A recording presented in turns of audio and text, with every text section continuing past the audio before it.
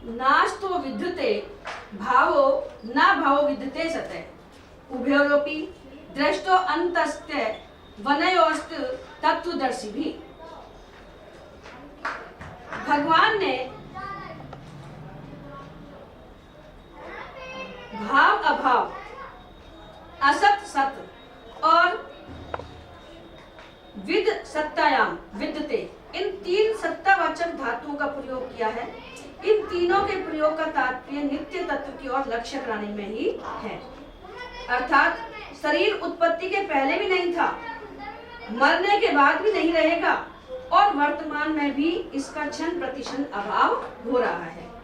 तात्पर्य है कि यह शरीर भूत भविष्य और वर्तमान इन तीनों कालों में कभी भाव रूप से नहीं रहता, अतः यह असत है। इसी तरह से इस संसार का भी भाव नहीं है, यह भी असत है। यह शरीर तो संसार का एक छोटा सा नमूना है, इसलिए शरीर के परिवर्तन से संसार मात्र के परिवर्तन का अनुभव होता है कि जिस प्रकार शरीर में परिवर्तन होता रहता है तो संसार में भी परिवर्तन होता रहता है कि इस संसार का पहले भी अभाव था और पीछे भी अभाव होगा तथा वर्तमान में भी अभाव हो रहा है। संसार मात्र काल रूपी अग्नि में लकड़ी की तरह निरंतर जल रहा है। लकड़ी के जलने पर तो कोयला और राख बची रहती है, पर संसार को काल रूपी अग्नि ऐसी विलक्षण रीति से जलाती है कि कोयला अथवा राख कुछ भी बाकी नहीं रहता। वह संसार का अभाव ही अभाव कर देती है। इसलिए कहा गया है कि असत की सत्ता नहीं है। जो सत वस्तु है, चला कम चला लीजिए, जो सत वस्तु है उसका अभाव नहीं होता। अर्थात जब देह उत्पन्न नहीं हुआ था तब भी देह ही था। देह नष्ट होने पर भी देह ही रहेगा और वर्तमान में देह के परिवर्तनशील होने पर भी देह उसमें ज्यों का त्यों ही रहता है। इसी रीति से जब संसार उत्पन्न नहीं हुआ था उस समय भी परमात्मा तत्व था। संसार का अभाव होने पर भी परमात्मा तत्व रहेगा और वर्तमान में संसार के परिवर्तनशील होने पर भी परमात्मा तत्व उसमें ज्यों का त्यों ही है। संसार को हम एक ही बार देख सकते हैं, दूसरी बार नहीं, कारण कि संसार प्रतिक्षण परिवर्तनशील है। अतः एक क्षण पहले वस्तु जैसी थी दूसरे क्षण में वह वैसी नहीं रहती। जैसे सिनेमा देखते समय पर्दे पर दृश्य स्थिर दिखता है, पर वास्तव में उसमें प्रतिक्षण परिवर्तन होता रहता है। मशीन पर फिल्म तेजी से घूमने के कारण वह परिवर्तन इतनी तेजी से होता है कि उसे हमारी आंखें पकड़ नहीं पाती। इससे भी अधिक मार्मिक बात यह है कि वास्तव में संसार एक बार भी नहीं दिखता, कारण कि शरीर, इंद्रियां, मन, बुद्धि आदि जिन कारणों से हम संसार को देखते हैं, अनुभव करते हैं, वे कारण भी संसार से ही हैं। अतः वास्तव में संसार से ही संसार दिखता है। जो शरीर संसार से सर्वथा संबंध रहित है उस स्वरूप से संसार कभी दिखता ही नहीं। तात्पर्य यह है कि स्वरूप में संसार की प्रतीति नहीं है, संसार के संबंध से ही संसार की प्रतीति होती है। इससे सिद्ध हुआ है कि स्वरूप का संसार से कोई संबंध है ही नहीं। दूसरी बात, संसार शरीर, इंद्रिया, मन, बुद्धि की सहायता के बिना, राम राम भाई साहब, बिना चेतन स्वरूप कुछ कर ही नहीं सकता। संसार है जो मन, बुद्धि, इंद्रिया आदि की सहायता के बिना चेतन स्वरूप कुछ कर ही नहीं सकता। इससे सिद्ध हुआ है कि मात्र क्रिया संसार में ही है, स्वरूप में नहीं। स्वरूप का क्रिया से कोई संबंध है ही नहीं। संसार का स्वरूप है क्रिया और पदार्थ। जब स्वरूप का न तो क्रिया से और न पदार्थ से कोई संबंध है, तब यह सिद्ध हो गया कि शरीर, इंद्रियां, मन, बुद्धि से संपूर्ण संसार का अभाव है। केवल परमात्मा तत्व का ही भाव सत्ता है, परमात्मा तत्व की सत्ता है और जो निर्लिप्त रूप से सबका प्रकाशक और आधार। मरने के बाद अगर आत्मा निकल जाती है अपनी तो कुछ नहीं है, शरीर सब कुछ जो क्रियाएं हैं अपनी आंख, नाक, कान, वो सब क्रियाएं बंद हो जाती हैं। इन दोनों के अर्थात सत असत, देही देह के तत्व को जानने वाले महापुरुषों ने इनका तत्व देखा है, इनका निचोड़ निकाला है कि केवल एक सत तत्व ही विद्यमान है। और सत वस्तु का तत्व भी सत है, अर्थात दोनों का तत्व एक सत ही है, दोनों का तत्व भाव रूप से एक ही है। अतः सत और असत इन दोनों के तत्वों को जानने वाले महापुरुषों के द्वारा जानने में आने वाला एक सत तत्व ही है। असत की जो सत्ता प्रतीत होती है वह सत्ता भी वास्तव में सत की ही है। सत की ही सत्ता से असत सत्तावान प्रतीत होता है। इसी सत को परा प्रकृति, क्षेत्रज्ञ, पुरुष और अक्षर कहा गया है तथा असत को अपरा प्रकृति, क्षेत्र, प्रकृति और क्षर कहा गया है। अर्जुन भी शरीरों को लेकर शोक कर रहे हैं कि युद्ध करने से सब मर जाएंगे। इस पर भगवान कहते हैं कि क्या युद्ध नहीं करने से नहीं मरेंगे? युद्ध करने से तो मरेंगे, लेकिन ये तो युद्ध नहीं करने से भी मरेंगे। असत तो मरेगा ही, शरीर तो मरेगा ही, जिसका जन्म हुआ है उसका मरण निश्चित है और निरंतर मर ही रहा है, निरंतर शरीर मर ही रहा है, युवा फिर जवान वृद्धावस्था, परंतु इसमें तो सत रूप से है, उसका कभी अभाव नहीं होगा। इसलिए शोक करना तुम्हारी बेसमझी ही है। 11वें श्लोक में आया है कि जो मर गए हैं और जो जी रहे हैं उन दोनों के लिए पंडित जन शोक नहीं करते। और उसमें धीर शब्द आया है। 14वें 15वें श्लोक में संसार की अनित्यता का वर्णन आया है, तो उसमें भी धीर शब्द आया है। ऐसे ही यहाँ 16वें श्लोक में सत असत का विवेचन आया है, तो इसमें तत्वदर्शी शब्द आया है। इन श्लोकों में पंडित, धीर और तत्वदर्शी पद देने का तात्पर्य है कि जो विवेकी होते हैं, समझदार होते हैं, उनको शोक नहीं होता। जो तत्व ज्ञान जिनको मिल जाता है वो मृत्यु पर या जन्म पर शोक नहीं करते। अगर शोक होता है तो वे विवेक ही नहीं है, समझदार नहीं है। सत्ता मात्र सत है और सत्ता के सिवा जो कुछ भी प्रकृति और प्रकृति का कार्य, क्रिया और पदार्थ है वह असत अर्थात परिवर्तनशील है, और जो परिवर्तनशील है वो असत है। जिन महापुरुषों ने सत और असत दोनों का तत्व देखा है, अर्थात जिनको सत्ता मात्र में अपनी स्वतः सिद्ध स्थिति का अनुभव हो गया है, उनकी दृष्टि में असत की सत्ता विद्यमान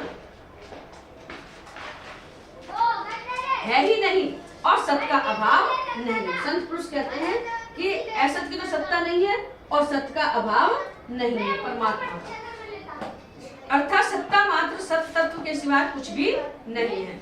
भगवान ने 14वें 15वें श्लोकों में शरीर की अनित्यता का वर्णन किया है, उसको यहाँ नास्तो विदिते भाव पदों से कहा है, और 12वें 13वें श्लोकों में शरीर की नित्यता का वर्णन किया है, उसको यहाँ ना भाव विदिते सतः पदों से कहा गया है।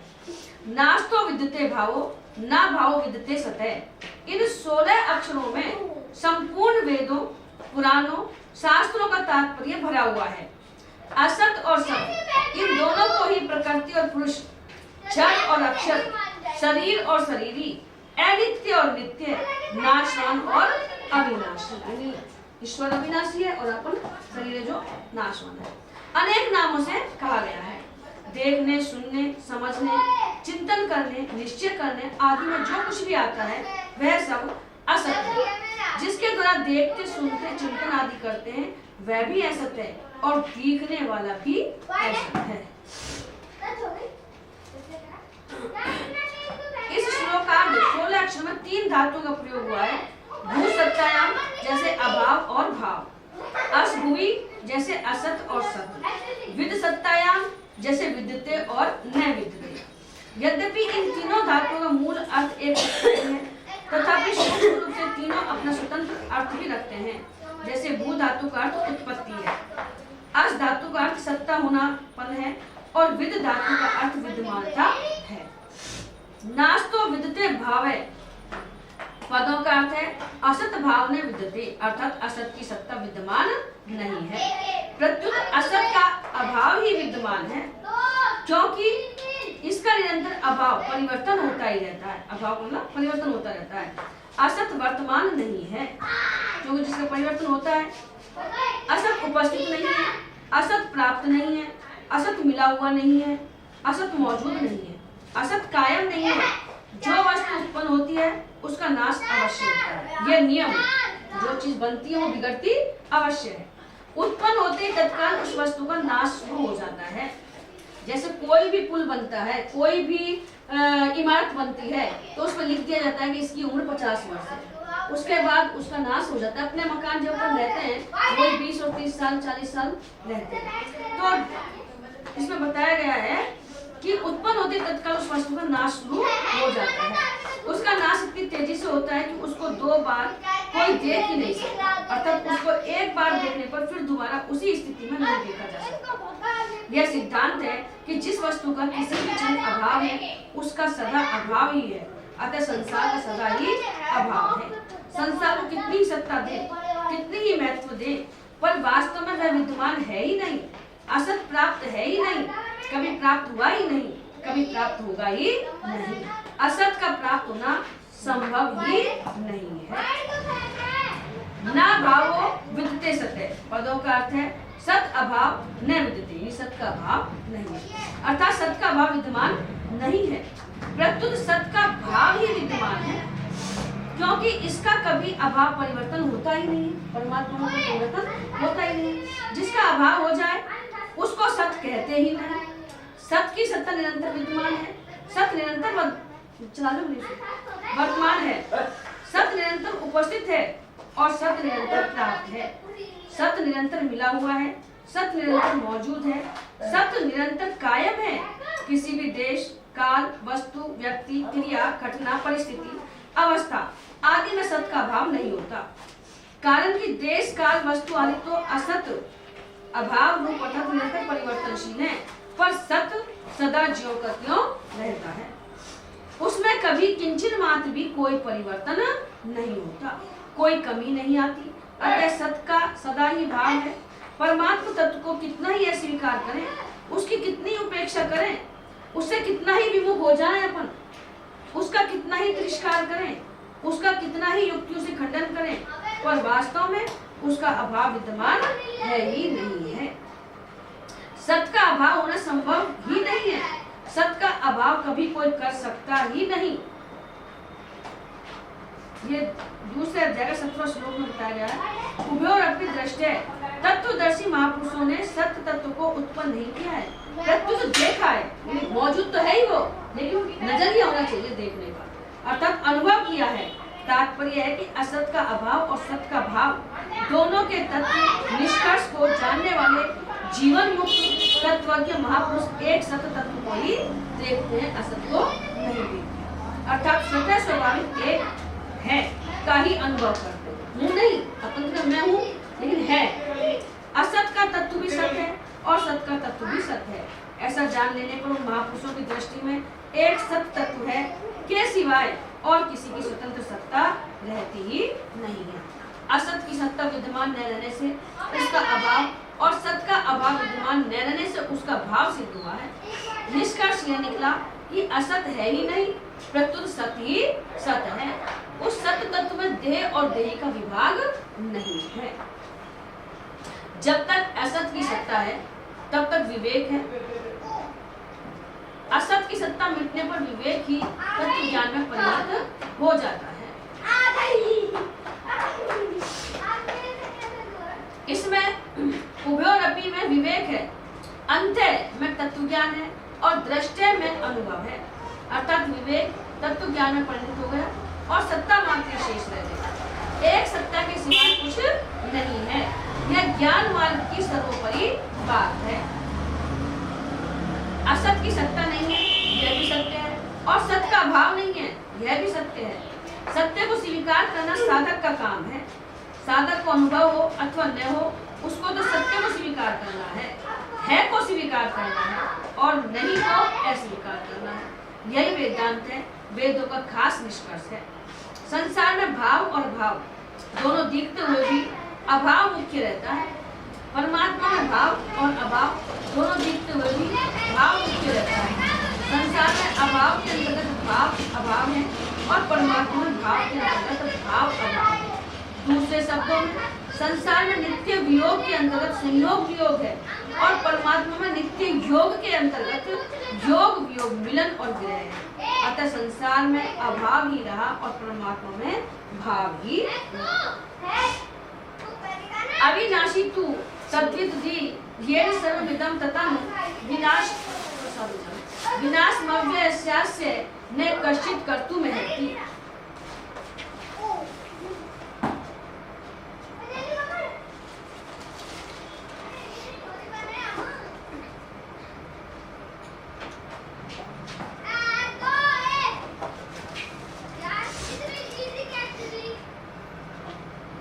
पूर्व श्लोक में जो सत असत की बात कही थी, उससे पहले सत की व्याख्या करने के लिए यहाँ तू पद आया है।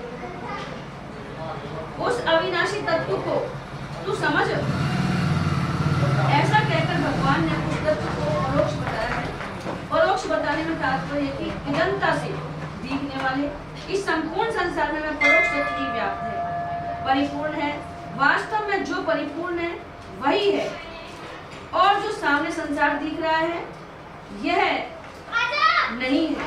यहाँ तत्व पद से सब तत्व को परोक्ष रीति से कहने का तात्पर्य यह नहीं है कि वह तत्व बहुत दूर है, किंतु वह इंद्रियों और अंतःकरण का विषय नहीं है, इसलिए उसको परोक्ष रीति से कहा गया है। येन सर्वमिदं ततम्, जिसको परोक्ष कहा है उसी का वर्णन करते हैं कि यह सब संसार उस नित्य तत्व से व्याप्त है। जैसे सोने से बने हुए गहनों में सोना, लोहे से बने हुए अस्त्र शस्त्रों में लोहा, मिट्टी से बने हुए बर्तनों में मिट्टी और जल से बनी हुई बर्फ में जल ही व्याप्त है, ऐसे ही संसार में वह सत्व तत्व भी व्याप्त है, उसको कोई नकार नहीं सकता। अतः वास्तव में इस संसार में वह सब तत्व ही जानने योग्य है। विनाशमव्ययस्यास्य न कश्चित् कर्तुमर्हति, यह शरीरी अव्यय अर्थात अविनाशी है। इस अविनाशी का कोई विनाश कर ही नहीं सकता, परंतु शरीर विनाशी है क्योंकि वह नित्य निरंतर विनाश की तरफ जा रहा है। अतः इस विनाशी के विनाश को कोई रोक ही नहीं सकता। तू सोचता है कि मैं युद्ध नहीं करूंगा तो ये नहीं मरेंगे, पर वास्तव में तेरे युद्ध करने से अथवा न करने से इस अविनाशी और विनाशी तत्व में कुछ फर्क नहीं पड़ेगा। अर्थात अविनाशी तो रहेगा ही और विनाशी का नाश होगा ही। यह अस्य पश्य सत तत्व को इदंता से कहने का तात्पर्य है कि प्रतिशत बदलने वाले शरीर में जो सत्ता दिखती है वह इसी सत तत्व की ही है। मेरा शरीर है और मैं शरीरधारी हूँ, ऐसा जो अपनी सत्ता का ज्ञान है उसी को लक्ष्य करके भगवान ने यहाँ अस्य पद दिया है। व्यवहार में हम कहते हैं कि मनुष्य है, यह पशु है, यह मकान है,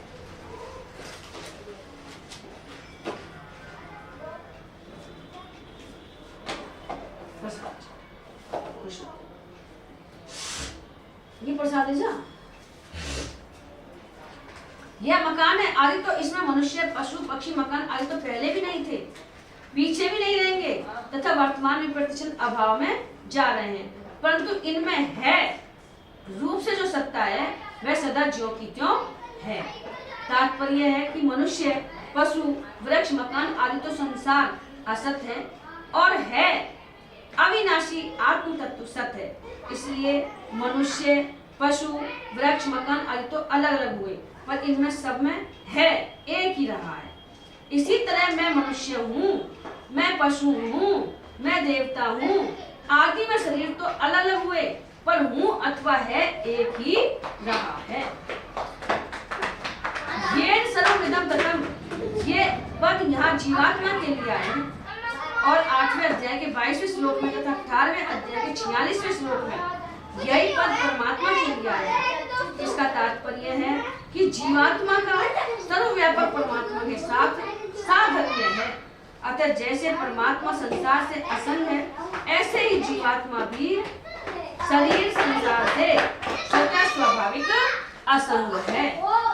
असंग है पुरुष है, देह अस्मिन् पुरुष है। बाबा है वही तो मैं बनवा दूंगी, वही तो मैं यही बना दी।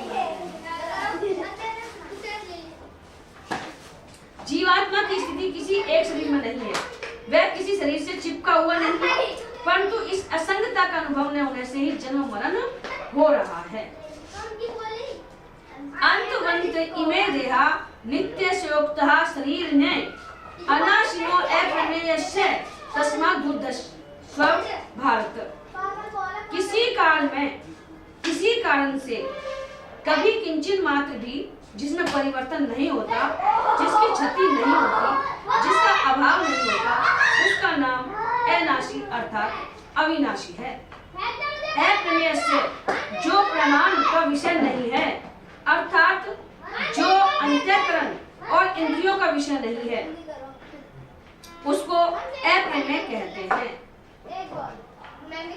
भगवान ने गीता में जगह जगह शरीरी को अव्यय कहा है और अपने को भी अव्यय कहा है। स्वरूप से दोनों अव्यय होने पर भी भगवान तो प्रकृति को अपने वश में करके स्वतंत्रता पूर्वक प्रकट और अंतर्जान होते हैं, और ये शरीरी प्रकृति के परवश होकर जन्मता और मरता रहता है, क्योंकि इसने शरीर को अपना मान रखा है। जिसमें अंतःकरण और इंद्रिय प्रमाण नहीं होती, उसमें शास्त्र और संत महापुरुष ही प्रमाण होते हैं। शास्त्र और संत महापुरुष उन्हीं के लिए प्रमाण होते हैं जो श्रद्धालु होते हैं। जिसकी जिस शास्त्र में और संत में श्रद्धा होती है, वह उसी शास्त्र और संत के वचनों को मानता है।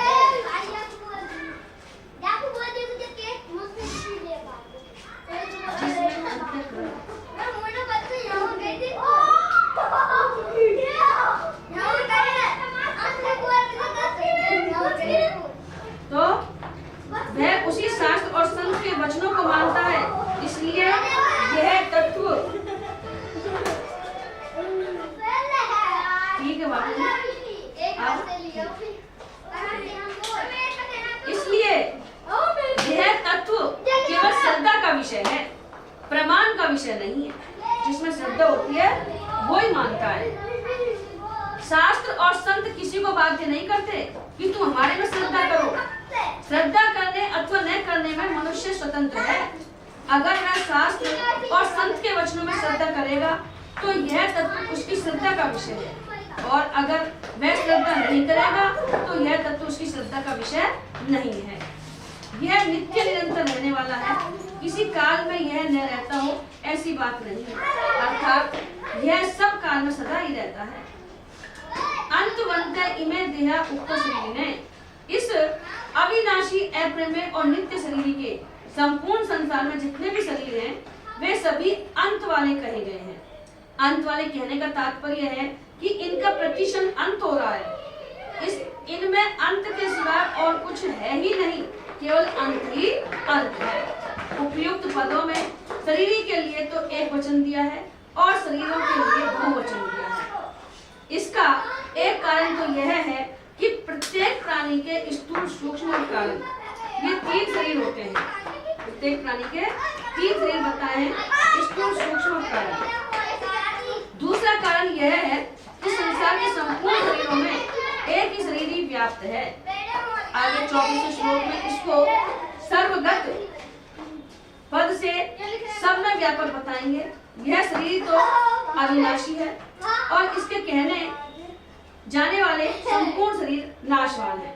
जैसे अविनाशी का कोई विनाश नहीं कर सकता, ऐसे ही नाशवान को कोई अविनाशी नहीं बना सकता। नाशवान का तो विनाशी पना ही नित्य रहेगा, अर्थात उसका तो नाश ही होगा। यहाँ अंतवंत इमे देह कहने का तात्पर्य है कि ये जो देह देखने में आते हैं ये सब के सब नाशवान हैं। पंखा चलाओ। पर ये देह किसके हैं? नित्य से अनाशी है। ये देह नित्य के हैं, अविनाशी के हैं। तात्पर्य है कि नित्य तत्व ने जिसका कभी नाश नहीं होता, इनको अपना मान रखा है। अपना मानने का अर्थ है कि अपने को शरीर में रख दिया और शरीर को अपने में रख लिया। अपने को शरीर में रखने से अहंता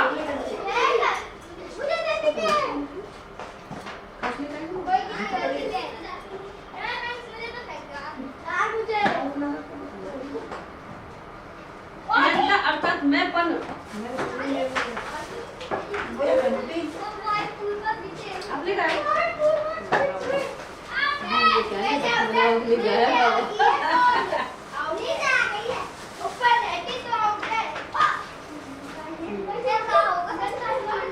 मैंपन पैदा हो गया और शरीर को अपने में रखने में ममता अर्थात मेरापन। रखी बाबा ले लीजिए, तो बनी हुई रखी है, अलमारी में रखी बनी हुई।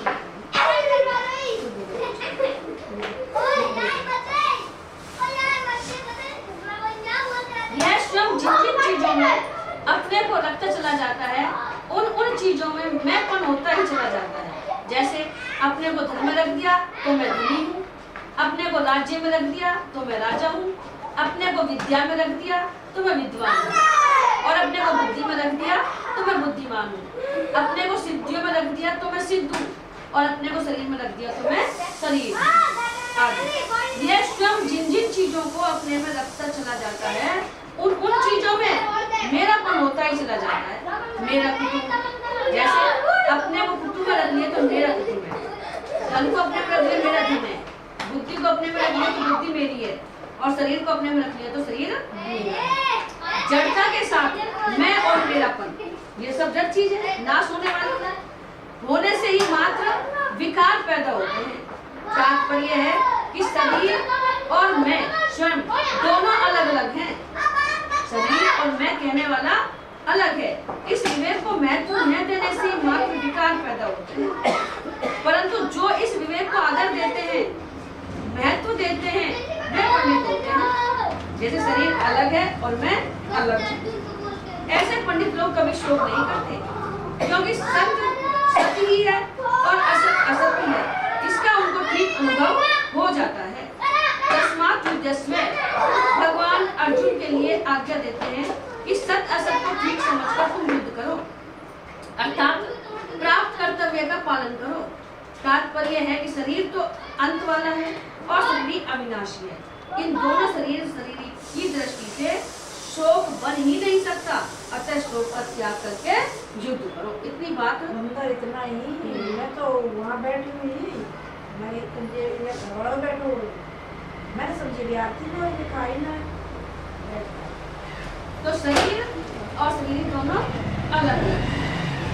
यहाँ 17-18 इन दोनों श्लोकों में विशेषता से सत तत्व का विवेचन हुआ है, कारण कि इस पूरे प्रकरण में भगवान का लक्ष्य सत्य का बोध कराने में ही है। सत्य का बोध हो जाने से असत की निवृत्ति स्वतः हो जाती है, फिर किसी प्रकार किंचित मात्र भी संदेह नहीं रहता। इस प्रकार सत्य का अनुभव करके निसंदिग्ध होकर कर्तव्य का पालन करना चाहिए। इस विवेचन से यह बात सिद्ध होती है कि सांख्य योग और कर्म योग में किसी विशेष वर्ण और आश्रम की आवश्यकता नहीं है।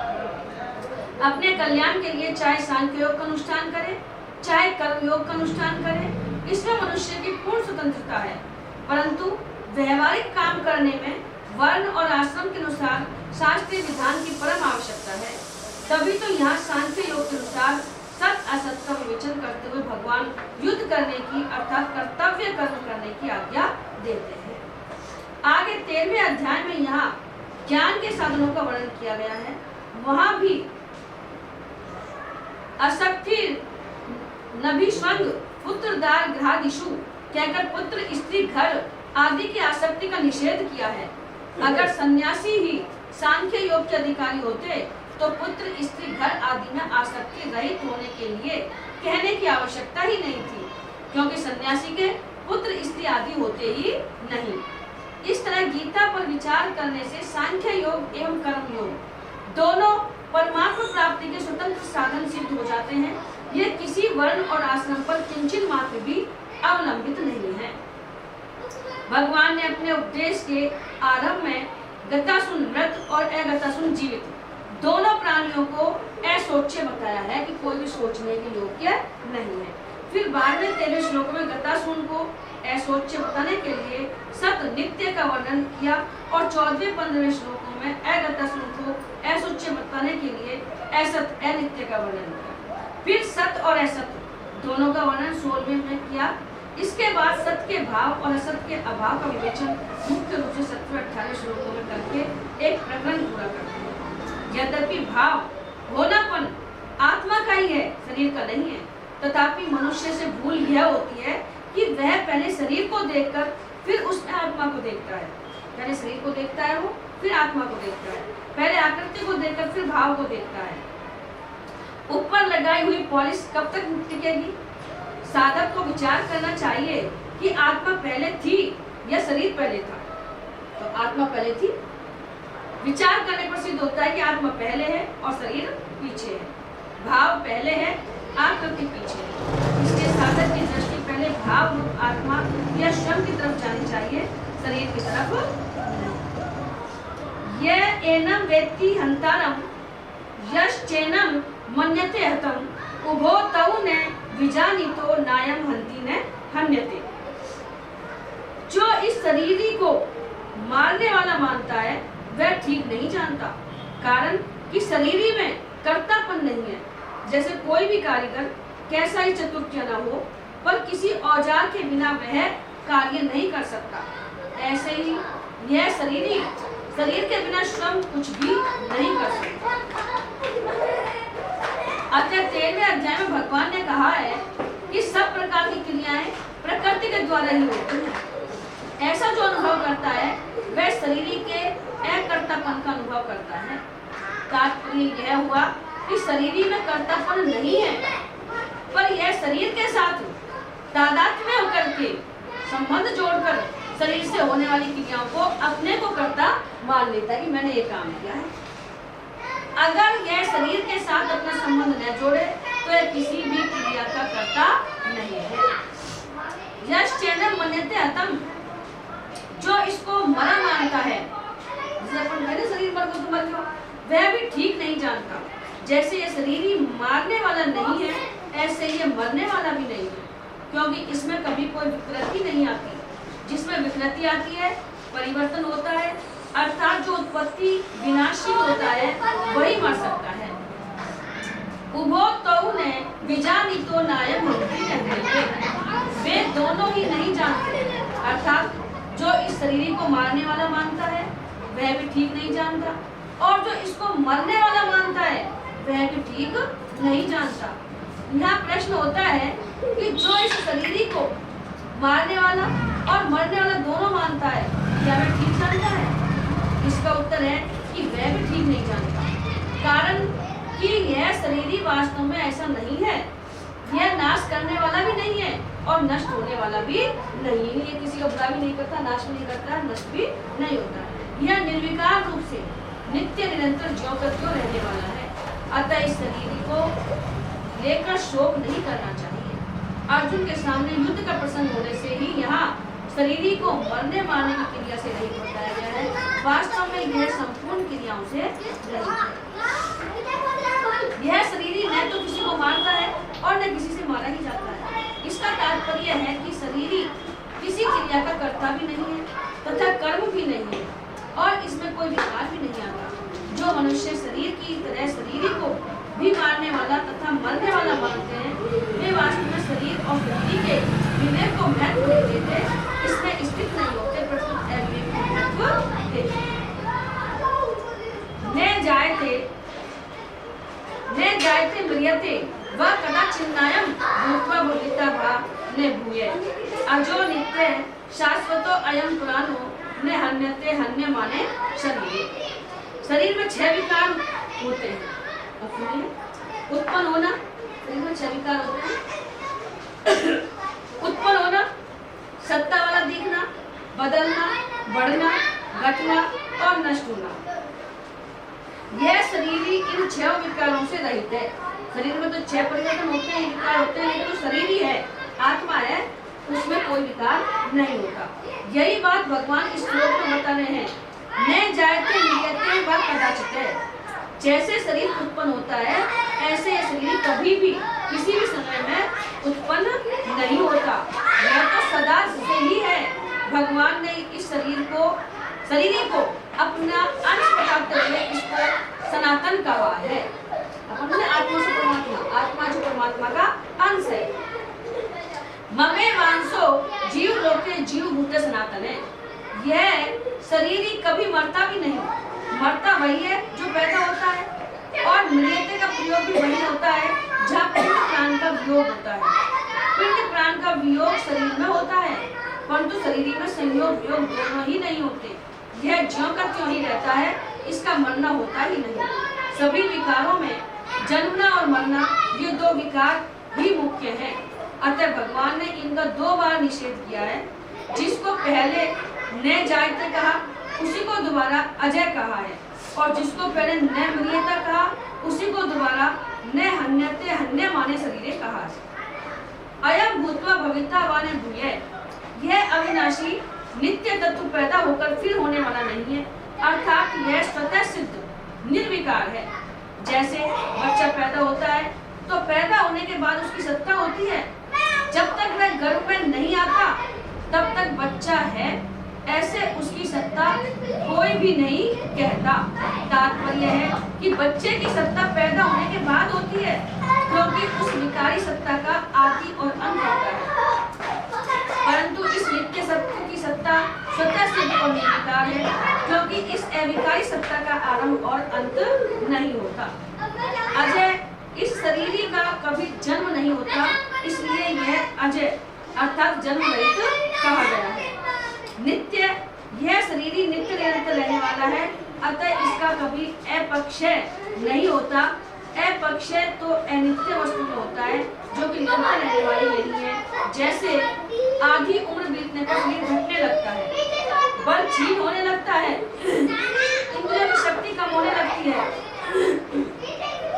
इस प्रकार शरीर, इंद्रियां, अंतःकरण आदि का तो अपक्षय होता है, पर शरीर का अपक्षय नहीं होता। इस नित्य तत्व में कभी किसी बात भी कमी नहीं है, शाश्वत है। यह नित्य तत्व निरंतर एक रस रहने वाला है, इसमें अवस्था का परिवर्तन नहीं होता, अर्थात ये कभी बदलता नहीं है, इसमें बदलने की योग्यता है ही नहीं, शाश्वत है, सनातन है।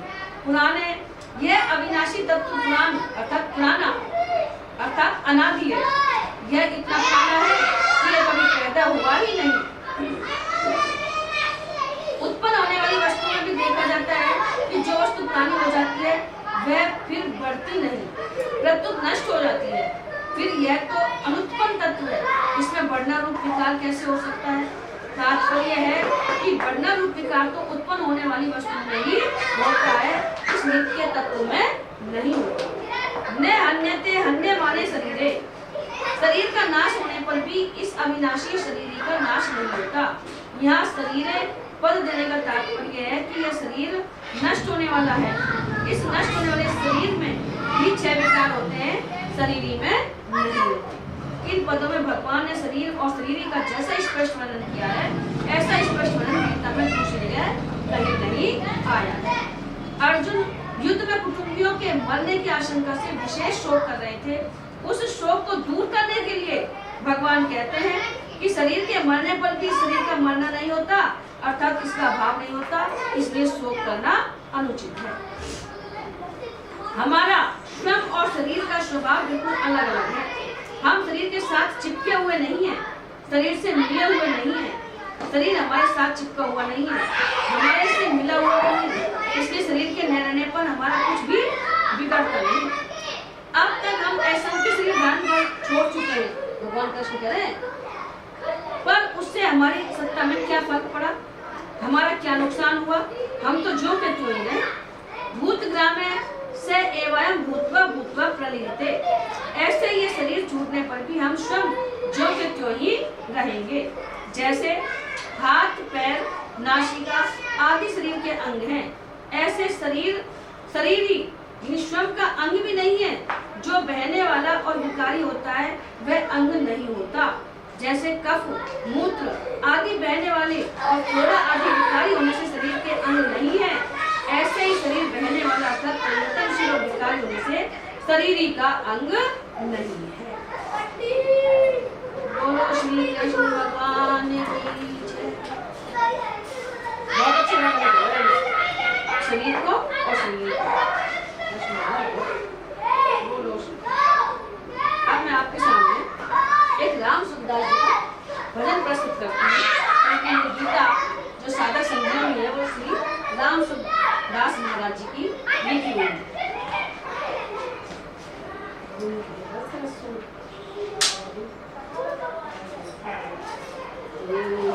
है।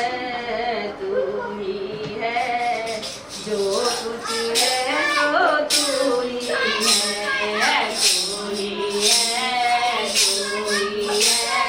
जो